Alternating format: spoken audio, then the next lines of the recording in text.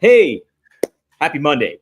It's Dominic D'Angelo of adfreeshows.com, SEScoops.com, and brassringmedia.com. Wow, what a wrestling weekend we got to talk about, and happy to do it here, as always, with Mr. Robert Karplus, WD Creative _ish. Robert, wow, are you wrestled out today?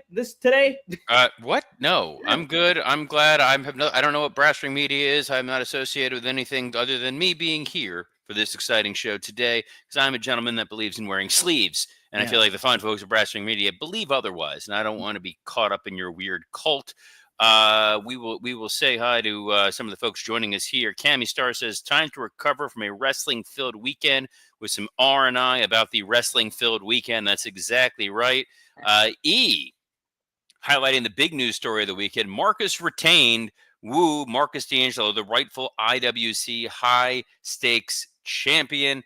Yeah. 6'9" says, what a great weekend. I freaking love wrestling. We're going to allow that Marcus-esque language coming out of 6'9" right there. Willie Thornbrew, that main event last night was one of the greatest matches I've seen all year. We are not going to get a chance to get into literally everything that happened beat by beat across the shows this weekend. For a deep dive, myself and Scott Chaplin did a Patreon working stiff, which should be in Dom's inbox and up right now, in theory, where we covered All In and Saturday Night's Main Event, and didn't even get a chance to truly dive into Evolution. But the one thing I did say, I said on that show, I said my co-host on Rumor and Innuendo, Mr. Dominic Marie D'Angelo, Hey. had predicted that there was a chance that Evolution could steal some of the thunder from the weekend. Dude, you were spot on, my man. Dude, it was an amazing show.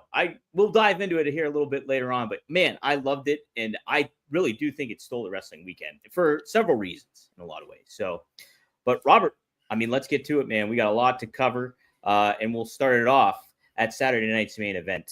Oh, we're starting with Saturday night's main event. You got it. Yeah, we're gonna start there, and man, we had Randy Orton taking on Drew McIntyre, and a little bit of Jelly Roll, a little bit of Logan Paul, and it's Randy Orton who gets the win, but it's Drew McIntyre who basically gets the last laugh in this one. I love this, Robert. What did you think of this? This was sports entertainment at its finest. The intent behind this match, going into it, when we did our previews, our predictions, we did not really know the other components to this until SmackDown, where there was the Logan Paul Jelly Roll interaction. And then this booking made a lot more sense. Up until that point, we weren't quite sure why we were doing a Drew McIntyre Randy Orton match this early in Drew's return, this close to Randy having just lost a match at Saudi Arabia. And here we are. This was red meat for the base. You go to the TKO board and you go, hey, we're on NBC.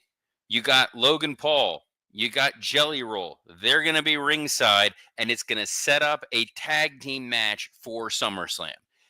Is it going to be a 17-star classic? Absolutely not. Is it going to get a crap load of mainstream press? You talked about this with Scott. Like Jelly Roll, not a dude I'm super plugged in with, but massive music star. I remember listening to him on an episode of Smartless, and the way that he talked about just the volume of his fan base, the way that they're so interconnected, and the fact that this guy loves wrestling and wants to go play in this sandbox and takes it seriously to the point where he was singing Randy Orton's theme song when they were walking down to the ring. Loved it all. Me too, Robert. People were really complaining online. What else is new about it? But I loved this whole aspect of what you set up, and it was great storytelling. And just that Claymore kick that Drew delivered to Jelly Roll set things up extremely nicely and made the stakes and made it feel all important. And so I'm excited for the SummerSlam match. I'm excited to see what Drew McIntyre and Logan Paul do together. That could be a blast. It could also later on be a proponent for maybe Drew to turn face later on. I don't know, but I like it, Robert. Yeah, I wouldn't hate that, but I think something that's really interesting that my working stiff co-host Scott Chaplin pointed out is you really have a chance here for Drew to pop up on a Jelly Roll appearance on the Today Show or something like that and get a little of that mainstream exposure. It's a great way to highlight Orton and Drew when they're not in a world title match. And I think that's what's important. It feels like a big match for SummerSlam. And I think this is a high fives all around situation for the WWE. on a night where there were not a lot of other true high fives across the board moments. Yes. So let's cover. We'll go quick over this one. It's Solo Sikoa retained the United States Championship against Jimmy Uso. Any quick thoughts on that one, Robert? Goals were accomplished. Solo gets a win over his brother. Jimmy gets a chance to challenge for a title and get featured on a Saturday night's main event. And at the end of the day, Jacob Fatu looks like a total badass. Absolute home run of a segment. I totally loved it. Next up, so this is one where if you were tuning in last week to our show and you were listening to our sponsor, MyBookie, and they were talking about, hey, the odds are heavily stacked on Seth, but you never know what's going to happen. If you put money on LA Knight, yeah, your bank account's definitely feeling it right now. Yes. But, oof. Yeah. Yikes. Impressive little sequence that Seth had there when it came to what he was doing with the moonsault and the flip over the ropes. But looks like he got injured. Sounds like he got injured. LA Knight gets a quick pin after his BFT he hits and doesn't look too happy about it all. And we find out later on, it's reported that Seth Rollins could be out 4 to 5 months, Robert, with an injury here. And I hadn't heard that timeline, but that is rough. Here's the thing. Yes, they had to realign the rest of the show. The last 40 minutes of the show, there have been reports that said that Seth was not scheduled to cash in his Money in the Bank briefcase, so that did not necessarily get derailed. The finish of the main event was going to be Gunther retaining over Goldberg. The positives here, if there are any positives, number one, we've talked about this a lot of late. WWE is stacked right now. Going into Raw tonight, there's a gauntlet match of guys that are going to be competing to challenge Gunther at SummerSlam. And when you look at the next 4 to 5 months, you still have Jey Uso, you still have CM Punk, you still have Penta. Sammy is on the shelf from his attack. Sammy can come back.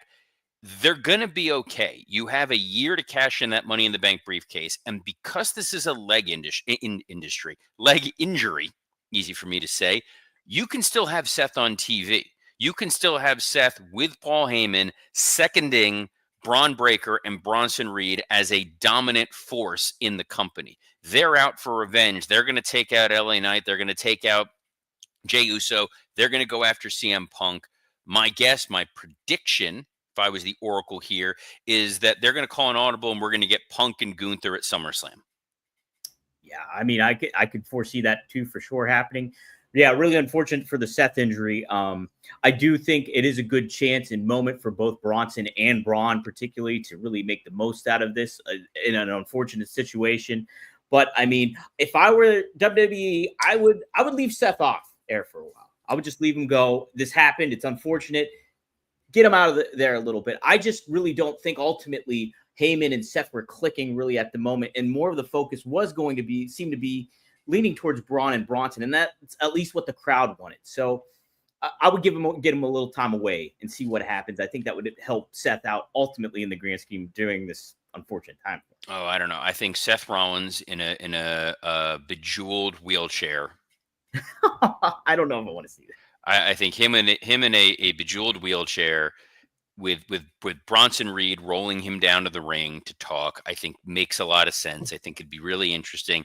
You got to keep the steam and the momentum going. And the thing is that we don't know exactly when Seth's going to be cleared. So when you have that moment that Seth is there with a cast on his leg and he cashes in because he rips that cast off, uses the briefcase and wins the title, I think that's a fun moment. I would not keep Rollins off TV, but if you did, Heyman being the mouthpiece for Braun Breaker and Bronson Reed is certainly interesting. It is, yeah, very much so.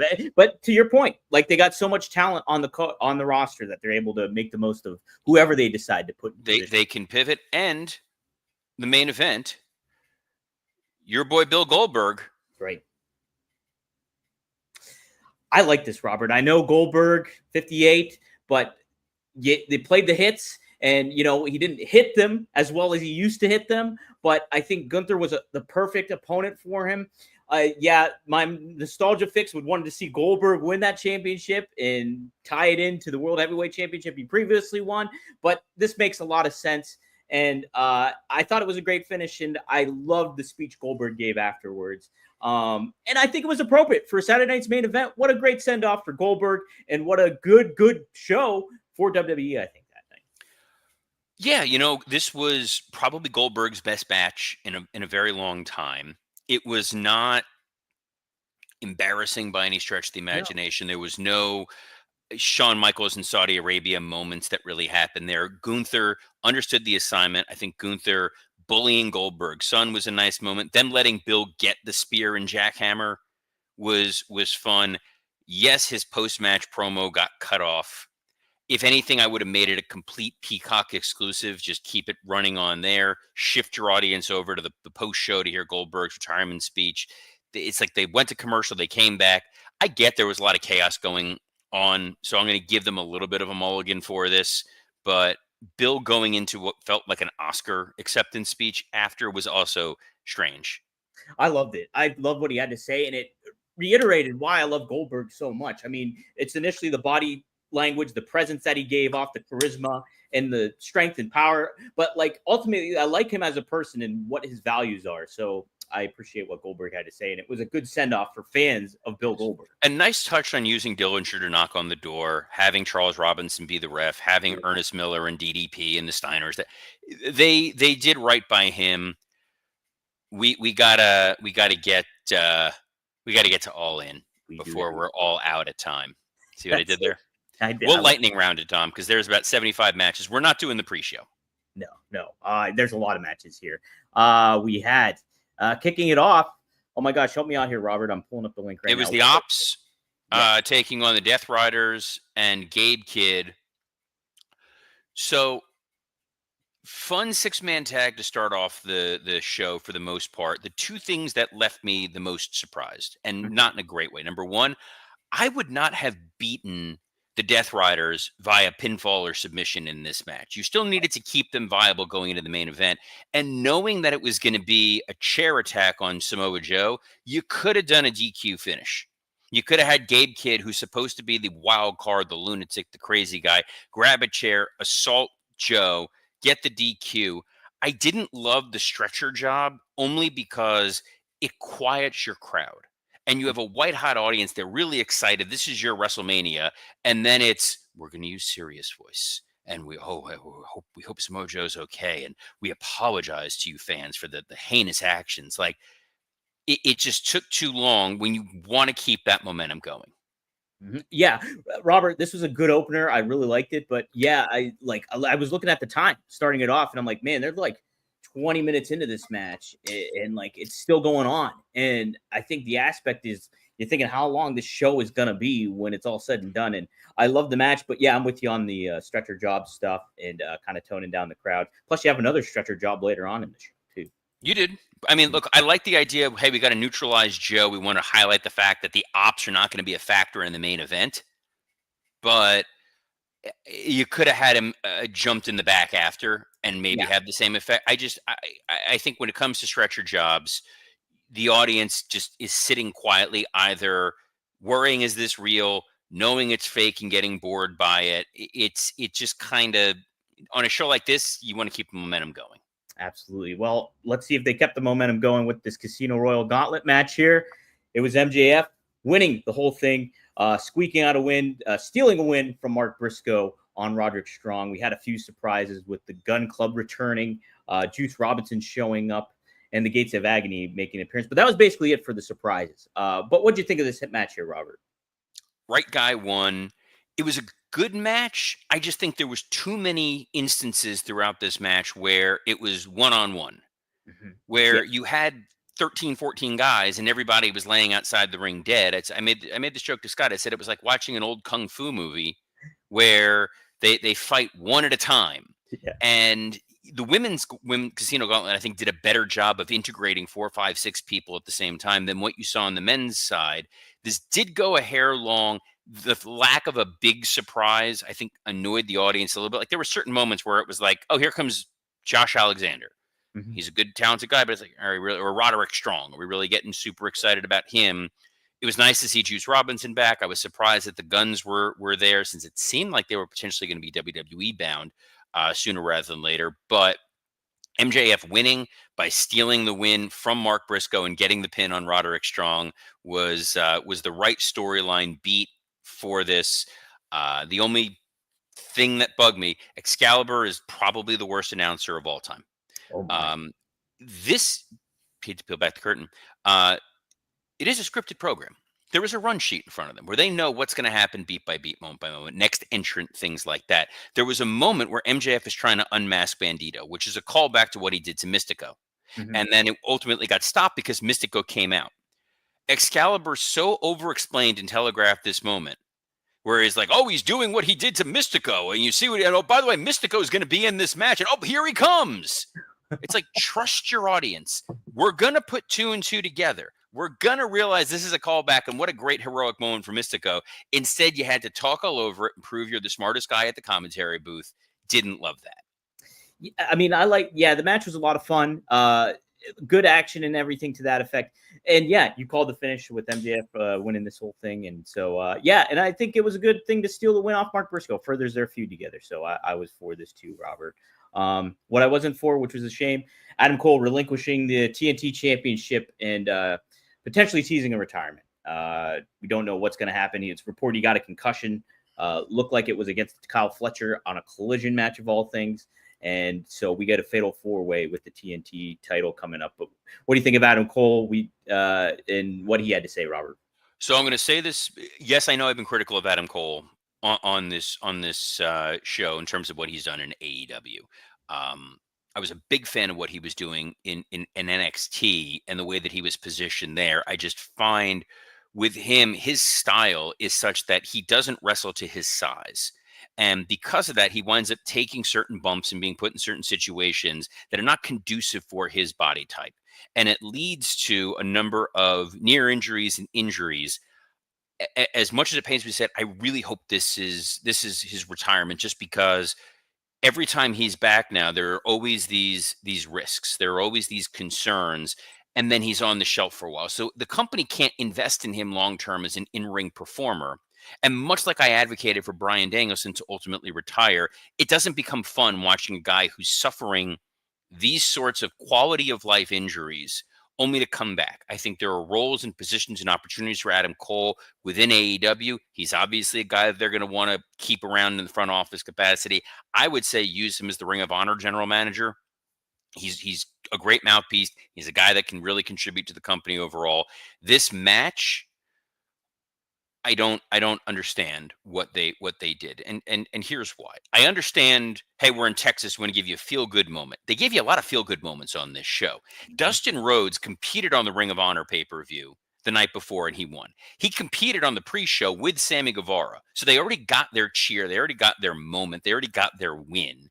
You didn't need it a second time. This felt like Kyle Fletcher's moment to win the TNT title, be off to the races as kind of the next Randy Orton. They didn't do that. They went for, let's give him a feel-good moment with Dustin that I don't know you needed, because you had other feel-good moments throughout this show. The guy who probably should have been in there and should have taken the pin should have been Kyle O'Reilly. You could have had him step up and tell Adam, like, hey, I'm going to step in. I'm going to try to win this title, and I'm doing this for my friend. So when Fletcher beats him, what a heel. Like, all of a sudden, Kyle Fletcher is just the biggest dick in wrestling. And guys, Kyle Fletcher's a man who enters the room dick first. Whoa. Blue Chew isn't just a tablet, it's a cheat code for your crotch. Stronger, harder, longer lasting, like someone gave your downstairs a pep talk and a gym membership. Blue Chew is the original brand offering chewable tablets for better sex. This isn't just about performance, it's about legacy, or third legacy, because your penis. Give her group chat something to talk about. You know, when you lay it down, we're talking about how it gets up. Nothing makes you more of a legend than a little Blue Chew. Discover your options at BlueChew.com. We've got a special deal for our listeners. As always, get your first month of Blue Chew free. Just use promo code RUMOR at checkout and pay $5 for shipping. That's it. Join Blue Chew's mission to upgrade humanity one thrust at a time. Head to BlueChew.com for details and important safety information. And we thank Blue Chew for sponsoring this episode of Rumor and Innuendo. And if you didn't think I was going to pivot from Adam Cole's retirement to a Blue Chew ad, Guys, this must be your first time watching the show. It might be. Very well might be. What do we got next? We have up next the Young Bucks, Swerve Strickland and Will Ospreay. Robert, we both kind of thought that the Ospreay and Swerve would lose, and it would perpetuate a storyline for the year. That didn't happen. Young Bucks lost their EVP titles, and Swerve and Ospreay. Look, this is one of my favorite matches, I think, of the show, and I think actually was my favorite match of the show. It was a fantastic match. Don't understand the finish. Okay. I felt like with that 1 year stipulation on TV, it gave you a lot. More importantly, more specifically, I don't trust Tony Khan. And when you look at Will Ospreay and you look at Swerve, neither one of them are going to be the next challenger for the AEW World Title.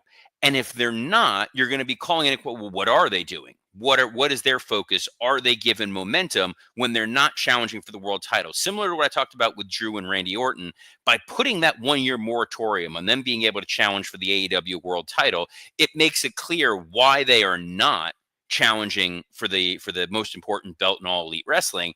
But every story that they're doing is in furtherance of getting to that 1 year from now moment. Plus, having the Bucks as EVPs, they're great Weasley heels that you can insert anywhere, and it makes whatever story they're in feel that much more important. Instead, they went for the short-term swerve, and then it was feel-good moment. One match after, you just had the Dustin Rhodes feel-good moment when you knew you were going to give a main event feel-good moment. And you do kind of want to hold some of that back a little bit in terms of booking philosophy. Match was excellent. Don't quite understand the finish. We'll see where it goes from there, Dom. We will. Yeah, I really spoke to the tag team ability of both all four of these guys. I really just like this match a lot. It was my favorite match, maybe of the weekend. Let's go on. We have the women's casino gauntlet match real quick. It's Athena. She wins it. And what do you think of that result? Love this match. Love the layout of it, just because I really think they gave the women a lot of moments to shine. A lot of great spotlights for them. Athena is someone that we've been screaming from the rafters for a long time. We want to see more of her. They should be using more of her. Good win for Athena. A little surprised that they used this to debut two women that the audience really isn't overly familiar with, rather than utilizing some of the other talent that they've highlighted over the last several months. We was kind of critical of the fact that AEW boosts up a woman, they build her up, and then she's gone. I'll just throw out a couple names right here. It's like there was no Serena Deeb when she was challenging for a title not that long ago. Obviously, no Deonna Purrazzo, no Taya Valkyrie, no Riho, no Hikaru Shida, who have all been built up and thrown at one title or another over the last few months, and then they just kind of vanish into the ether, or they wind up on Ring of Honor. Glad Athena won. Thought it was a well laid out match. Overall, some really fun spots in there.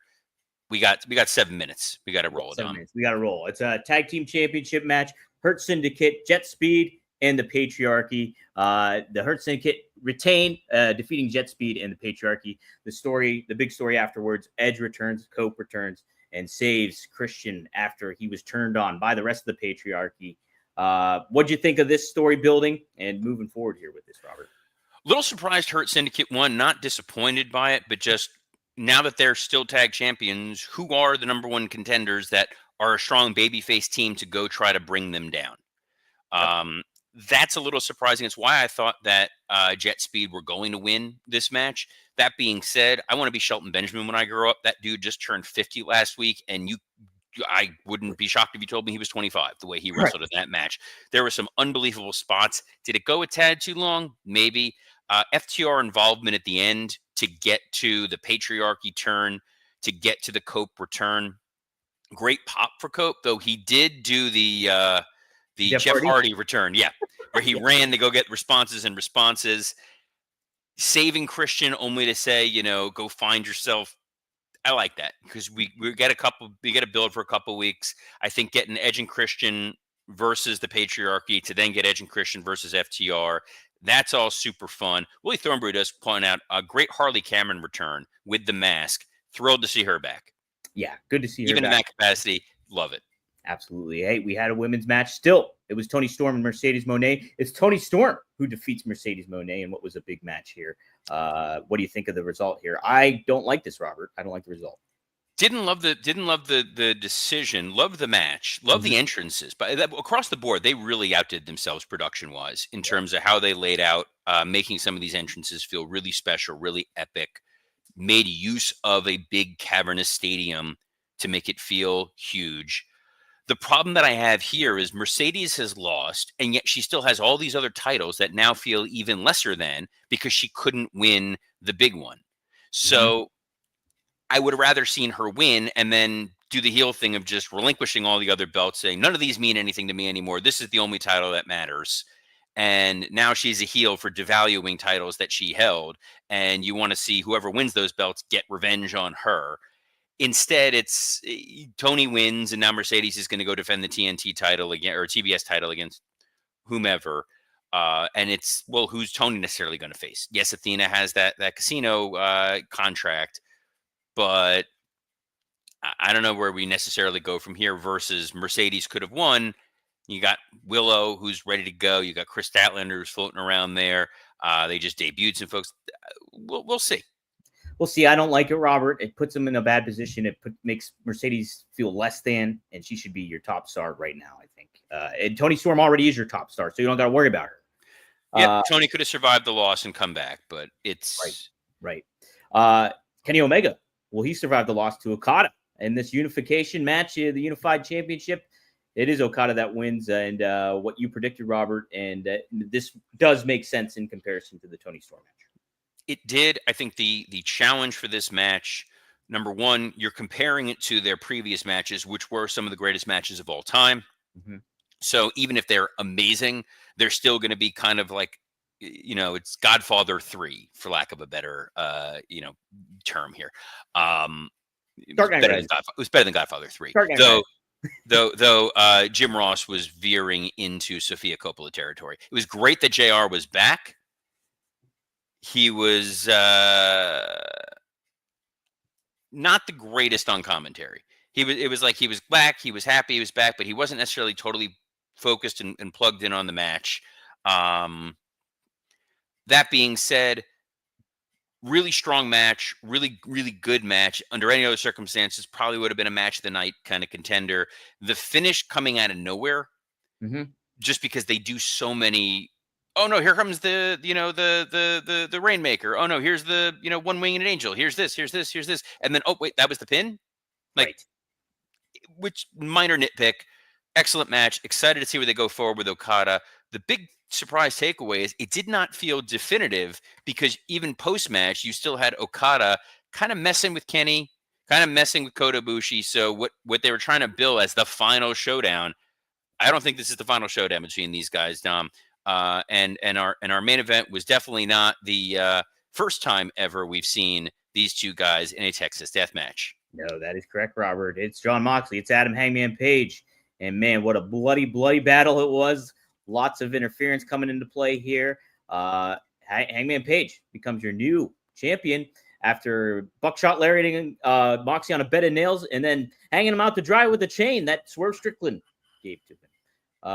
What do you think of the result? What do you think of this match, Robert?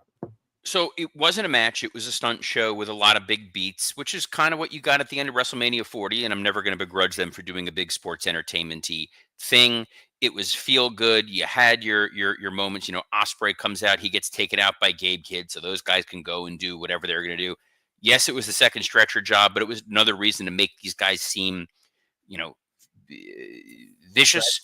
Right. I was surprised that they played that video of Darby where they were confused because you didn't know who it was, and they were showing it from the vantage point of the arena rather than putting it up on the screen. And it was a guy in a beard. You couldn't quite hear him because they were playing the audio through the arena. And then immediately it was a guy in a blue mask, and it wasn't Blue Demon. It was Bryan Danielson. It was like right on top of each other. You could have spaced it a little bit to then have Darby descend, makes his return, big hero stuff right there. The moment with Swerve and Hangman worked.